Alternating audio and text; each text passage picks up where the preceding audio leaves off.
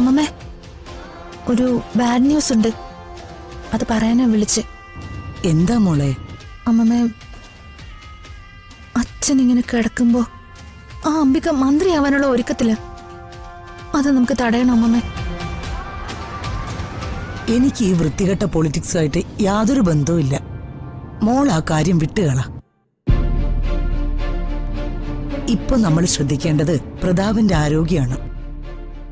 പ്രതാപന് നമുക്ക് തിരിച്ചു വേണം. മറ്റൊന്നും ഇപ്പൊ നമ്മുടെ വിഷയമല്ല. ഞാനിപ്പോ അമ്പലത്തിലേക്ക് പോവാ.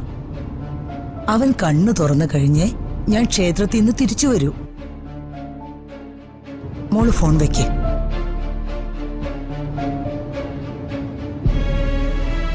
എന്തരുത്? ഇന്ന് തന്നെ ഡൗൺലോഡ് ചെയ്യൂ.